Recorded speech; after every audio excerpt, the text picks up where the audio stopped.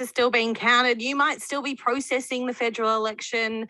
There's so much to get your head around what this new government is going to mean for you. What's their biggest focus? How will the decisions affect you and your family? And one of the biggest talking points that has come out of the election, but also has come from your households, has come from the industry themselves, is the future of schools. What will be done for schools, for students, for teachers? So what does that look like? Dr. David Roy is a lecturer in education at the University of Newcastle. Has been having a bit of a look at this. Good morning. Good morning, Kaya. Is, the end of a federal election always the time to start looking at this, and especially when we have a change of government? Well, I think at the end of an election with a change of government, all issues come on the table and we look at the promises that they have made and what they can actually do. And with a federal election, there are some things within education they can do, but there's also quite a lot of things that will be, again, revisited in the next 9 months as we head up towards the state election. So if we look at what the Labor Party was saying going in, what were they talking about when it came to education? Well, that was the interesting thing. Both the Labour and Liberal weren't talking about that much when it came to education. They were keeping focuses elsewhere. There was money being offered. Money being offered for infrastructure to improve the buildings in education. There was money being offered to improve airflow, which is part of the building thing, again, leading on from COVID. And the Labour Party did have a focus on the concerns over e-safety and electronic learning, and that's been coming out in the news this week about students' data being misused by some privatised education companies using COVID. But the real issues that are impacting on schools, as we're seeing from the Catholic education sector strike today, they aren't really being dealt with. And we really don't know what they're going to do about that and what they can do.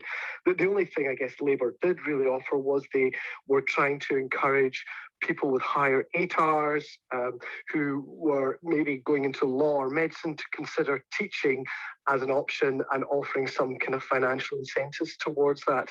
But that in itself is problematic. Yeah, I was going to say, infrastructure, airflow, e-safety, all very important, but not something I've heard teachers chanting in the strike earlier or the strike today. No, the real issue is workload, teacher shortages, and we have a real issue within that, and wages. And I think all these things are really important. And again, they have impact on teachers, but none of it is actually really about the kids and the students. Though I do think that by increasing the wage of teachers and getting more people in there, we're probably going to end up with better outcomes for kids in the long run. But there's some much larger systemic issues that both federal and state need to work together on to really solve. Yeah, but because what does that look like? What are the challenges when we see multiple levels of government responsible for education? Well, what we have is a lot of voices talking and not a lot of agreement and a lot of blame going on, which is really sad. And one of the big issues that we've even always been trying to deal with is the interstate qualifications of teachers, that people trained in Victoria or Western Australia or New South Wales, they can't just be moved into states that need new teachers or people who want to move. They've got to reapply to be recognised as a teacher. As you can tell from my accent, I originally trained in Scotland. Oh, sorry, I thought you were going to say Queensland. Well, or Tasmania. But when I arrived here nearly 2 decades ago, I had to reapply to become a teacher. I'd been a head of a school. I'd been teaching for 17 years before then, for multiple years before then. And I had to reapply and then got a lovely letter saying, welcome to the teaching profession, your first ever time. And I'm kind of going, this is just nuts. And I understand it coming from abroad, but even internally in Australia, so that's a major issue that we need to fix to allow people to flow and allow teachers to actually go to areas that are in real need, particularly our rural schools. But yeah, increasing the ATAR for people to get in, making sure they're highly qualified. And we already have really well-qualified teachers in schools. So it's not a denigration on those who are there. But if we increase the wage, it becomes more attractive.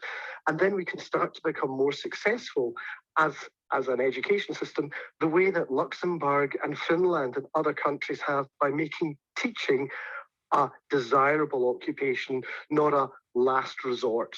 Yeah, because we need people to stay, right? Like by Yeah. offering some extra money to study education, that doesn't mean that you have to graduate from education and go on into a teaching role. Like, it's that retention of good Mm. teachers and stopping the burnout, especially in our more regional areas as well, that needs to be that focus. Yeah, and allowing teachers to actually get promoted in teaching rather than promoted out the classroom, to maybe hiring people to do the administrative burden so that people who are trained in admin do admin and teachers who are trained in teaching do teaching. That might be a really good step forward, to actually allow teachers time to teach, maybe have more teachers in the classroom for offering additional support. We know that there are more and more learning needs with our students who are more and more diverse, whether through English as a second language or disability, or even through social economic poverty, which makes it harder for them to engage.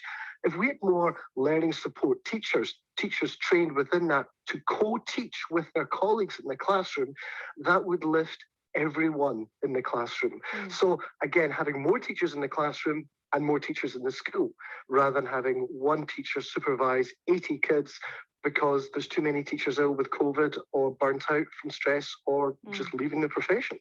I know that by focusing on teachers, we are also focusing on students. But if we look at students and learning and what they have learnt for themselves over the last couple of years, and how those learning styles are very different for individual kids, how does the focus need to be on the students as well and what they need right now?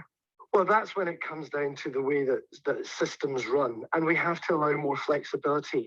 There might be more kids who will respond better to a distance education form of remote learning because they don't engage in the more, how can we say, formal school structures, which, although we now have nice digital boards, really haven't changed in the last 50 to 100 years.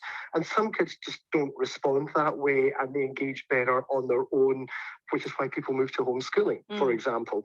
So we need to think about that. We need to give teachers the training to see that there's multiple ways of learning, that there's a place for direct instruction, explicit learning, which is where the teacher just kind of downloads information. But for some kids, they need to explore knowledge as well. And so again, offering kids those opportunities, and that becomes more of a state matter because it's the states that run how schools work. Obviously, creating a more equitable system where public schools have the same resourcing up to the same level as independent schools and Catholic schools would also be a step forward, because then more parents will send their kids back to the public sector, which means that the schools themselves are more accountable and they've got a better variety of opportunity for kids to succeed. And actually, you see in the research internationally that having a smaller independent sector and a larger public sector benefits all. We do have a New South Wales election coming up next year as well. So we've just, we've been focusing on the federal election, and then it's really, a matter of months before we go to the polls again for a state election. How big an issue do you think education will be in that campaign as well?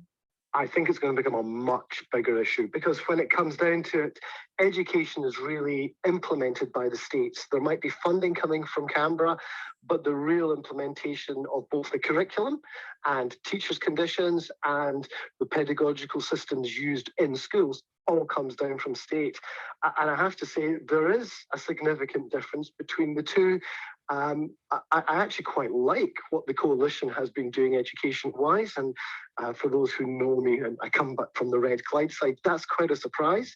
I'll be interested to see what Labour offer and whether they move more to support children in the classroom and create equity, or whether they try to keep the system as it is and say there's nothing wrong here, let's just keep going, which has been some of the words coming out of Chris Minzey's voice recently that concerns me.